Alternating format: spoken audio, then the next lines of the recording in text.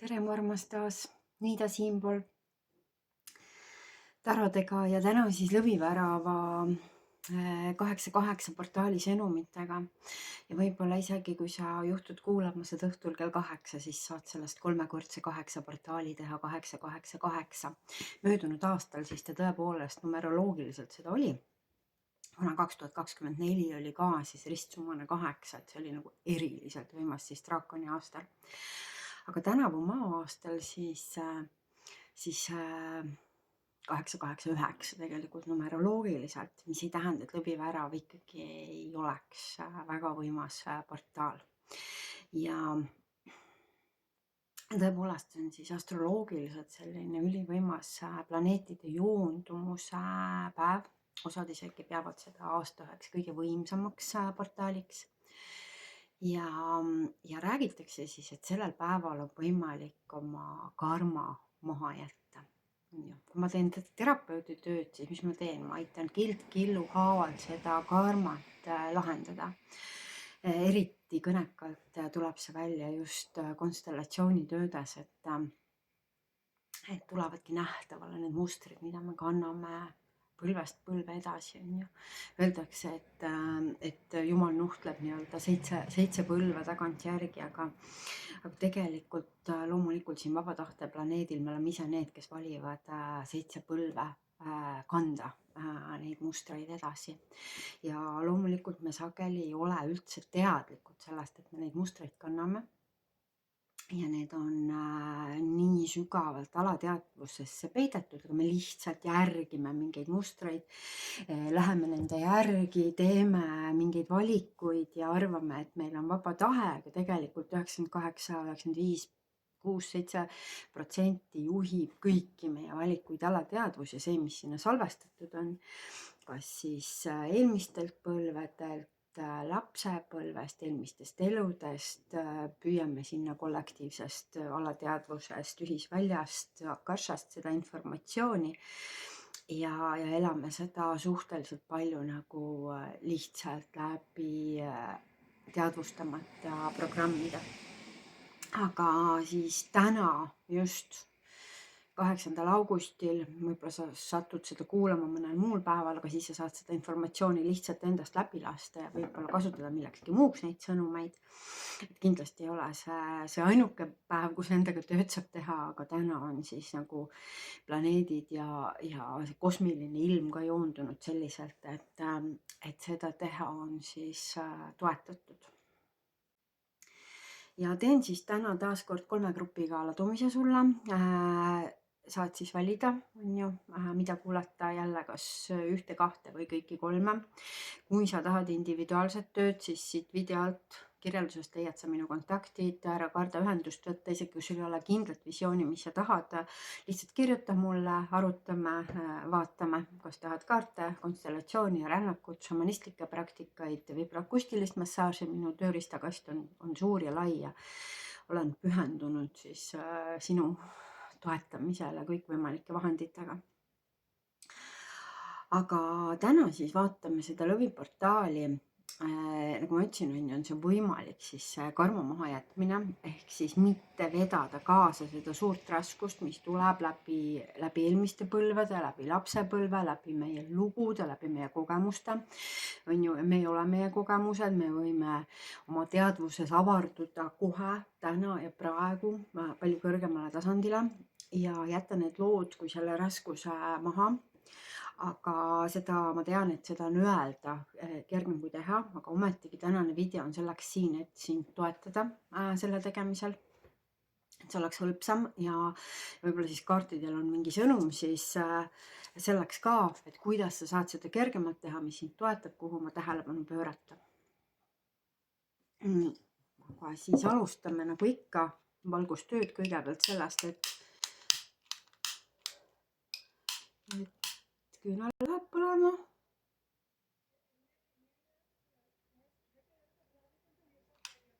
Nii, no et ei ole see midagi nii lihtne. Üks hetk.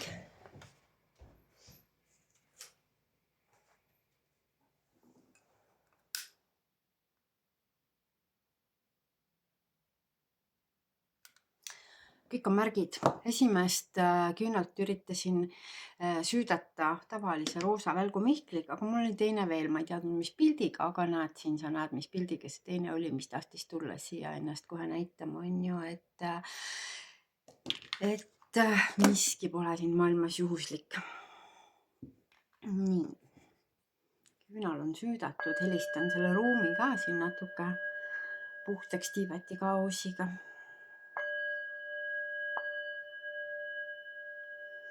Ja seejärel ma näitan sulle siis tänaseid sümboleid. Esimeseks sümboliks soovis tulla selline valge budakujukene. Ma olen varem ka seda kasutanud, minule sümboliseerib see seda rahu, hingerahu, sellist keskmesse tulekut, hästi iseendasse tulekut. Loomulikult siis Buda on siis valgustunud, virgumist, ülestõusuprotsessi, et kui need on sinu taotlused või kuidagi sa tunned selle vibratsiooni endas ära, siis võib-olla seda gruppi tasub sinul siis kuulata, et mis sõnumeid see valge ilus rahuasendis Buda siis toob. Siis teise grupi sümbol on selline merevaigust puukene, võib-olla rahapuu, võib-olla ka selline, et see on kindlasti sellist lõvienergiat kandev lihtsalt oma selle värvi poolest juba, on ju, et mulle peegeldub siin eriti see päikesepõimiku tšakra, et kui sul on küsimused võib-olla sinu päiksepõimikuga, sinu tahtega, sinu energiaga, sinu keskmega, sellega, kuidas midagi saavutada, kuidas mingi projekt ära teha, midagi suuta, kuidas leida nagu enda kese, oma jõud, et mingid teiste inimeste arvamused või ütlemised ei lükkaks sind keskmest välja, et kuidas jääda nagu oma keskmesse tasakaalu, siis võib-olla see grupp on sulle kuulamiseks. Ja viimane siis on selline, ma arvan, et see on selle niidi geod selline, aga teiselt poolt on ta jälle selline ürgne loomissümbol, muna, on ju, et kes teab siis Eesti rahvapärimust ja regilaulu tekste, siis need on sellest, kuidas lindtüli tegi põõsasse pesa ja munas munad ja need munadest koorusid pojad ja siis pojad said ilma peale laiali pillutatud päikseks ja kuuks ja põllu peale kiviks, et see on selline ürgne meie pärimuslik loomislugu ja samas seest siis selline sillardav helesinine geood, et kui need sõnumid kuidagi sinuga haakuvad või see energia, siis vali see. Alati igas videos, kui sa ei taha mõistusega valida, sa tunned, et lähed segadusse, siis kirjuta 3 numbrit lihtsalt 1, 2 ja 3 paberilipakate peale, sega ära ja võta sealt siis alateadlikult see, mis tahab tulla, kui sa tahad nii-öelda saatusele jätta otsustada. Ja alati võid kuulata mitut gruppi. Nii armas. Ühe asja ütlen veel enne ladumist. Karma maha jätmine tegelikult on üks informatsioon, aga minu jaoks tegelikult see on sisuliselt sama, aga teiste sõnadega ma ütlen selle veel sulle, see on kvanthüppe võimalus. See on see, et me mitte ei lahenda ükshaaval neid nagu redalipulki või neid nagu dilemmasid oma elus ja ei roni nii-öelda pulk pulga haaval mööda seda teadvuse redelit ülespoole, vaid me võime teha sellise 7 penikoorma saabastega sellise suure hüppe. Et lahendada nagu korraga palju, avarduda korraga oluliselt kõrgemale. Ja kuidas see siis elus välja mängib? See mängib välja niimoodi, et asjad, mis tundusid meile nagu elevandi söömine, et see on liiga suur eesmärk või liiga suur soov ja et ma üldse ei kujuta ette, kuidas ma võiksin selleni jõuda või kuidas see võiks nagu minu elus manifesteeruda, siis kvanthüppega muutuvad järsku sellised asjad tohutult kergeks, sest meie teadvus lihtsalt nagu eksponentsiaalselt avardub järsku, hakkab tulema tohutult palju informatsiooni, selgust, inimesed, olukorrad, kõik nagu kogu universum tuleb ja toetab seda, et sinu siis õigest kohast kerkinud taotluspalve soov saaks materiaalses maailmas manifesteeruda.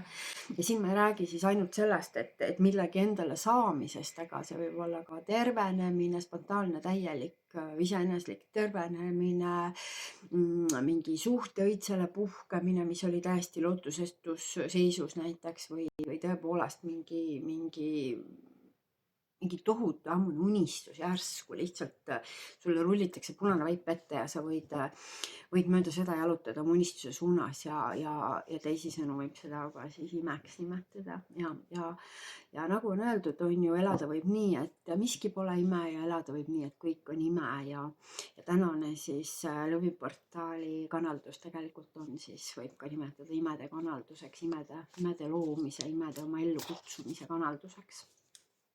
Ja läheme siis esimese grupi juurde. Teile, kes te valisite siis selle valge pudakese, teile tulevad siis esimesed sõnumid ja taaskord minu armsast Lightsharesi pakist, on ju, et kellele see tuttav on, et armas inimene, kes sa mulle selle kinkisid, kui sa juhtud vaatama, siis ma tervitan ja ma tänan sind, et need kaardid on suht kapsaks juba kulunud, ma olen neid nii palju ja nii suure armastusega tervendustööks kasutanud.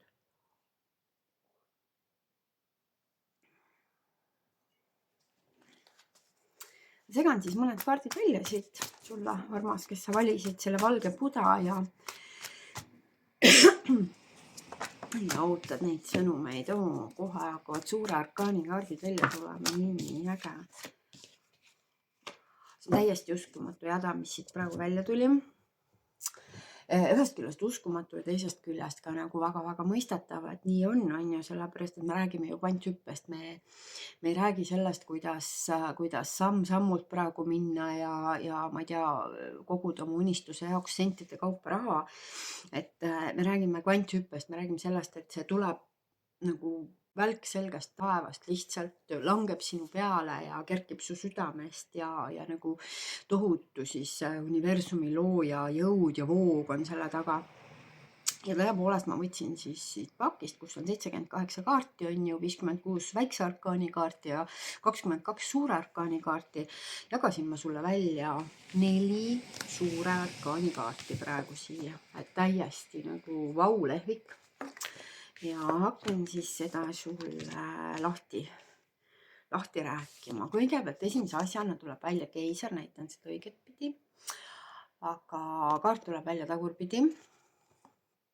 Ja hoian seda sulle siin ikkagi, on ju, et sa näeksid seda ka samal ajal, kui ma räägin. Keiser on isa figuur, on ju. Ta on ka mees, kes on isalik, kelle selliseks positiivseteks külgedeks on siis vastutuse võtmine, kaitsmine, tarkus, struktuur, paigastruktuur, oma siis kuningriigi, oma vürstiriigi eest, oma keisririigi eest hoolitsemine, milleks siis metafoorses tähenduses võib olla siis perekond, kogukond, ka oma riik, võib-olla, kui on väga võimas keiser, miks mitte ka kogu maailm, kogu inimkond, et kelle hüvanguks siis keiser töötab. Ta on rikas, ta on jõukas, tal on ressursid, ja ta kasutab neid nagu targasti ja mitte ainult enda ja ego hüvanguks, vaid siis kõigi hüvanguks, et riik õitseks. Ta on isa, kes hoolib, kes samas nagu seab piirid, kehtestab reeglid, aga need piirid ja reeglid on alati armastavad, mitte kahjustavad ja nii edasi. Aga keiser tuli välja siin ladumises nüüd tagurpidi. Ehk siis võid veel kord kuulata need märksõnad, mis ma rääkisin ja tunnetada nüüd, et mis seal on siis tagurpidi läinud. Justkui keiser nagu ei oleks oma trooni vääriline või puuduks see struktuur või piirid. Nendega on 2 võimalust, siis nad puuduvad või siis nad on üle forsseeritud, liiga karmid, liiga jäigad, et need piirid ja reeglid ei ole mitte toetavad ja hoidvad ja kaitsvad, vaid nad on kahjustavad, liiga kitsad. Minu kogemus on see, et kui piirid on liiga kitsad ja liiga kokku surutud ja ei lase nagu tegutseda, siis ei saa seda vastutustunnet kasvada, on ju, sellepärast et vastutustunne kasvab sageli läbi selle, et me teeme ka vigu, me eksime, me võime valele teele minna, valesid samme astuda ja siis järgneb sellele siis karma, mis ei ole mitte karistus, vaid mis on tegude tagajärg, on ju. Et see tähendab seda, et kõigel, mis on midagi eelnenud ja kõigel, mis me täna teeme, kõigel on mingisugune tagajärg. Ja kui meil ei ole seda nagu võimalust neid kogemusi saada, et justkui keiser võtab liiga suure ülemvõimu ja ei lase tegutseda, siis me ei saa ka neid õppetunde kätte. Ja samas, kui need on liiga jäigad, need piirid, siis on see nagu kokku surutud vedru, on ju, mis läheb hästi pinge alla ja kui ta siis kunagi vabaks saab, siis ta võib teise äärmusesse üldse minna, et hakatakse meelega neid piire lõhkuma ja kumbki ei ole päriselt vabadus. Sellepärast, et üks on siis see, et meil on nagu hästi piiratud tegutsemisvabadus, teine on see, et me hästi nagu järgime ja allume kõigile reeglitele, ei otsusta ise midagi, ei julge otsustada, sest meil puudub kogemus otsustada ise ja vastutada ise. Ja teine äärmus on siis see, et me läheme kõigile reeglitele vastu, me nagu oleme põhimõtteliselt kõigi seaduste, Riigikogu, poliitikute, noh, nii-öelda, kes on tegelikult ju isa figuur, on ju. Hästi sageli me suhtume riigi ja riigivalitsejatesse, riigijuhtidesse, poliitikutesse nii, nagu me tegelikult alateadlikult oma isasse oleme suhtunud, et kas me usaldame nii-öelda võimu või me ei usalda võimu, kas me usume, et võim on meie hüvanguks või ta on meie vastu. Ja ka see on nagu äärmus selles mõttes, et siis me oleme ka seal lapse tasandil, et me nagu tahame rikkuda neid piire ja olla hästi rebelid ja minna nagu kõigi seaduste vastu, on ju, ületada kas või kiirust, on ju, igal võimalusel. Et ma arvan, et hästi palju mootorrattureid on seal, on ju, kes otsivad nagu kirglikult seda vabadust, sest kunagi oli seda väga vähe, on ju. Kuigi ma armastan mootorrattureid ja kas või mootorratta häält ja sõitu, aga et sageli see selline tohutu vabaduse ihalus, selline küpses eas veel, on ju, võib olla sellest, et kunagi olid nagu liiga karmid piirangud, on ju.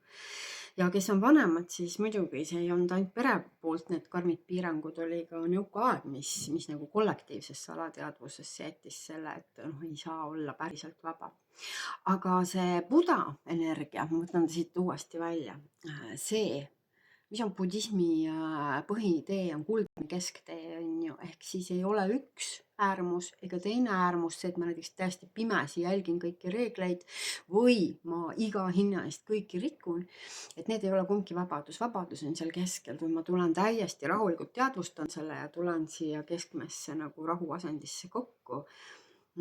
Et ma tean, et ma ei pea nagu ei üht, ei teist, ma saan alati nagu sellest keskmest endale selle info alla laadida, et siis ma olen jõudnud vabaduse kohta, et seda tuleb siis keiser praegu mulle ütlema, on ju, ja sinu kvanthüpe võib olla siia siis peidetud just, et sa ei ole ühes ega teises äärmuses veendunult ja jäigalt, vaid et sa näed läbi, integreerid ja tuled sellesse oma rahu keskmesse, joondumusse kokku, on ju.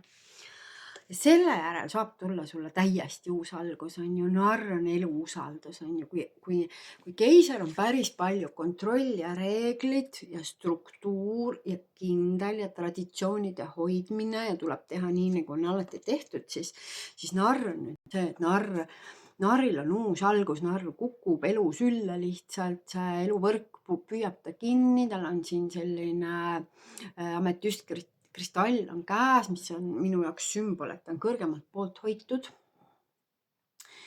Et kuigi ta on mõnes mõttes selline nagu uus algus, samas nagu see kroonchakra on ikkagi siin ilusti ühendatud sinna kõrgema jõuga, loojaga. Ja siis narr saab kukkuda lihtsalt elu sülle usaldades, et sina, kes sa selle valisid, sinul tõenäoliselt sinu kvanthüpet toetab see, kui sa julged midagi uut täiesti uut alustada. Midagi, mida sa pole varem teinud, või siis kui sa hakkad midagi, mida sa oled varem teinud ühtemoodi, tegema hoopis teistmoodi, et sa lased nagu vabaks, on ju.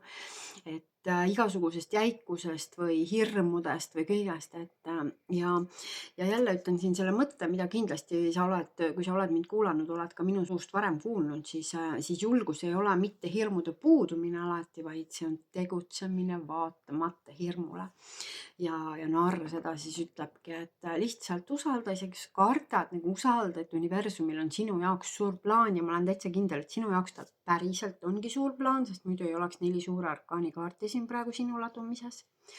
Et narr ütleb sulle, et uus algus, usalda, kuku elus sülle, kui sul on mingid unistused, siis lihtsalt ära hakkagi isegi seda plaani tegema, nagu kuidas sa sinna jõuad, vaid lihtsalt nagu tee esimene samm, nagu mine suhtle, mine kellegi juurde, mine hakka midagi tegema, kui sa oled midagi edasi lükanud, siis lihtsalt vali seda, et nagu luba, see tuleb kuskilt siit selliselt isegi lapse tasandilt, sest täiskasvanud lähevad mõistusesse ära ja siis nad hakkavad riske kaaluma, mis kõik võib juhtuda, mis võib valasti minna, mis võib ebaõnnestuda,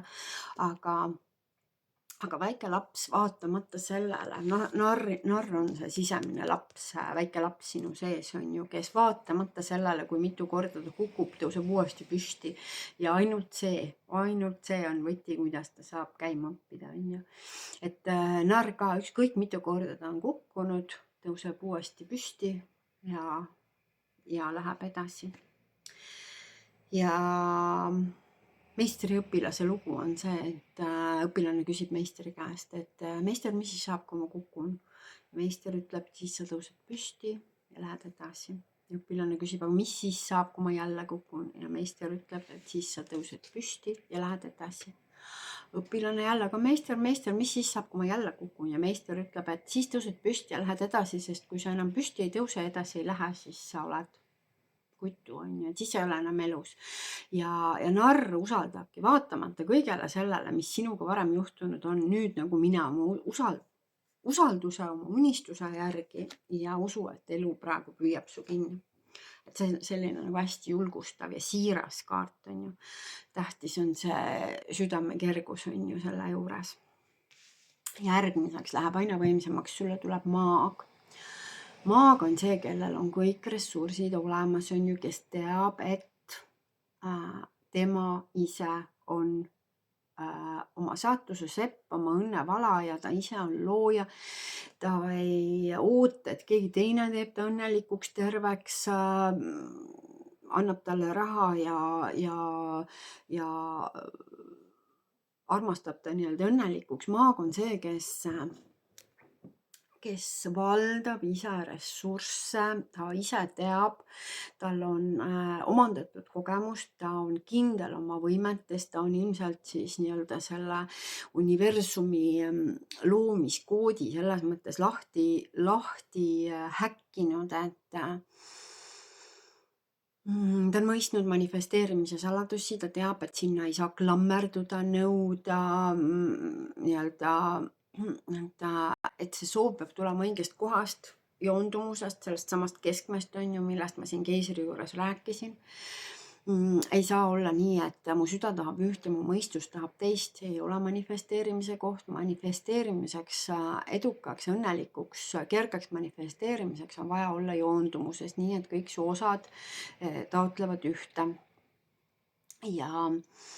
Ja see on seisundi küsimus puhtalt, on ju, ja maag valdab seda seisundit ja tal on briljantne mõistus, tal on teadmised, ta on neid kogunud, tal on teadmised, tema teadvus on avardunud sellisesse kohta, sellepärast, et kui energia ei ole tõusnud siia 3. silma, siis ka manifesteerimine ei saa toimuda, on ju, või toimub, selles mõttes me manifesteerime kogu aeg, aga siis juhtuvad lihtsalt alateadvus on siis see, mis seda protsessi veab. See ei pruugi üldse see olla, mida me oleme nii-öelda mõistusega tahtnud, on ju.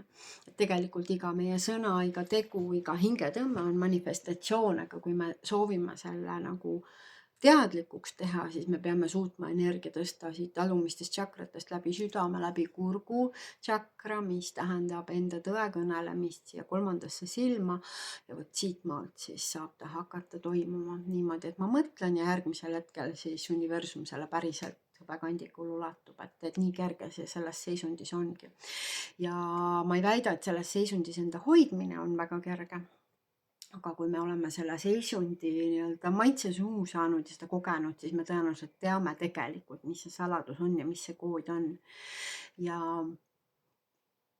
energia on siis teine oluline aspekt, mis maagil on tuleelement, on ju sellepärast, et manifestatsioon nõuab ka energeetilist sisendit, on ju, meil peab olema vaba energia.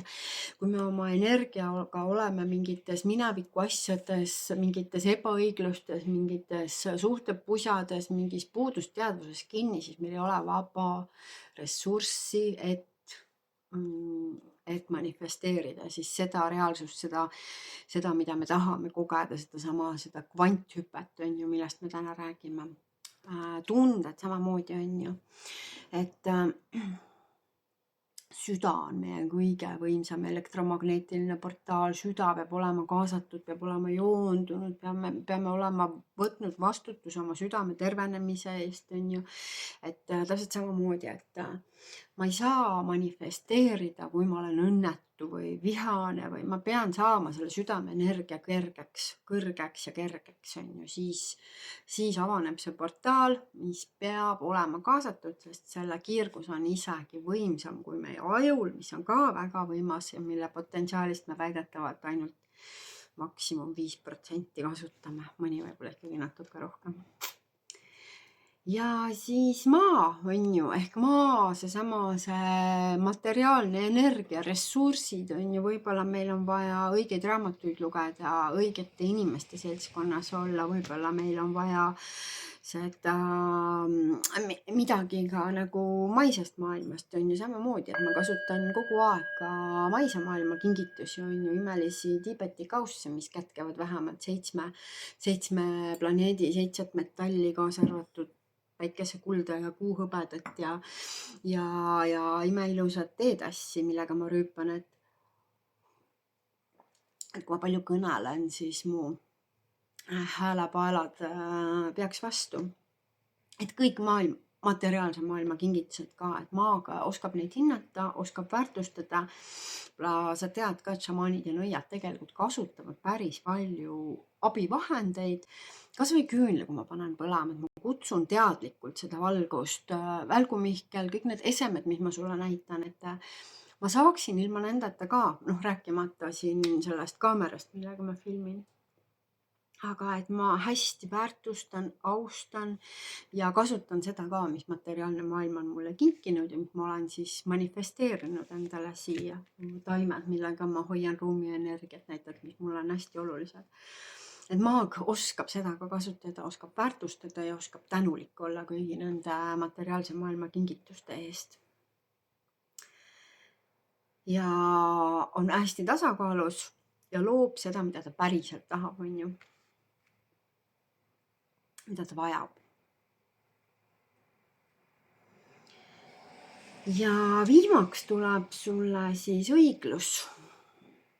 Et selline imeline siis kaaludega jumalanna tuleb õiget pidi see kaart välja, aga ma näitan sulle lihtsalt teistpidi ka, on ju, et need on nagu 2 maailma, on ju, siis nähtav maailm ja nähtamatu maailm, see peeglitagune maailm või see müstiline või peegelmaailm, et see pilt nagu oleks klaar ja puhas ja õige ja ütleme sealt siis Castaneda mõistetega sealt Naaguali maailmast ju tulevad need meie soovid, meie unistused, kõik see on nähtamatu maailm, mida me ei saa nii-öelda hambaga proovida nagu katsuda, et kas see on õige kuldmünt või mitte, on ju. Et me peame neid ideid nagu teistmoodi valideerima. Nad on siis see maailm, mida me ei saa oma 5 meelega tajuda, vaid milleks me peame siis oma 6., 7. või 8. meele appi võtma. Et sealt maailmast siis tuua neid ideid, neid soove ja siis materialiseerida neid, et kuidas ta siis välja mängib, kas suhetena või küllusena või tervendusena, ükskõik siis, mis sinu taotlus on võib-olla tarkusena, mingi koolina, õige õpetajani jõudmisega, spontaanse tervenemisega, ükskõik mis unistused on ju. Head suhted, suhete taastumine, korrastumine ja noh, kui sa selle valge Buda valisid, siis võib-olla ka lihtsalt sügav hingerahu ja rahulolu. Et seda siis on tulnud tema näitama, et see, kuidas elu sulle peegeldab, niimoodi reaalsus ongi, on ju. Ei saa nii olla, et sinu sisemaailmas on kõik super korrastunud ja hästi, aga su ümbruses on kaos, on ju, et inimesed on ülekohtused su vastu ja ma ei tea, sa ei suuda oma kodu ära koristada ja sul on organid haiged ja kõik kohad valutavad, et siis see on ainult see peegel, see ei ole karistus, see on ainult peegel sulle ja juhatus, et kuidas sa saad siis märku, et on vaja endaga tööd teha, oma sisemaailma korrastada, et kõik, mis ümber on, võta seda kui täiesti kirgast peeglit, on ju, ära solvu, ära vihasta selle peale, et maailm peegeldab sulle midagi vastu, mis ei tundu sulle hea ja ilus, vaid korrasta, mediteeri, mine rännakule, tee konstellatsioon, küsi tarosid, tervenda, otsi, mine loodusesse, homöopaati juurde, mis iganes, on ju. Et tee endaga tööd, kui peegeldus sulle ei meeldi ja kui peegeldus sulle meeldib, kui see on ilus, kui asjad on välja mänginud ilusti, kui sa hommikul ärgad ja sa oled õnnelik, sa tead, et see on samamoodi peegeldus ja ütle südamest aitäh selle eest, et sa oled jõudnud sinna kohta. Ja see kvanthüpe täpselt samamoodi sinu reaalsuses, kui sa teed selle sisemise kvanthüppe, siis sinu reaalsus peegeldab seda sulle kohe tagasi ja sa tead täpselt, on ju, kas sa keerutad mingis vanas energias nagu lõputult ja ei saa sealt välja või sa tunned, et vau, nagu energeetiliselt teed avanesid, sa saad edasi minna, kõik nagu võimalused avanevad, et ainult ole mees või ole naine ja mine ja vali ja tee. Et sellised siis sõnad sulle siia kvanthüppeks mega toetatud nagu ülivõimsad portaali sulle, kes sa seda kuulama sattusid. Ma täiesti imetlen seda sinu loomist, et tohutu võimalus siin lõviportaalis midagi väga võimsat teha ja sooritada väga võimas kvanthüpe. Ole hoitud ja hästi ägedat portaali sulle.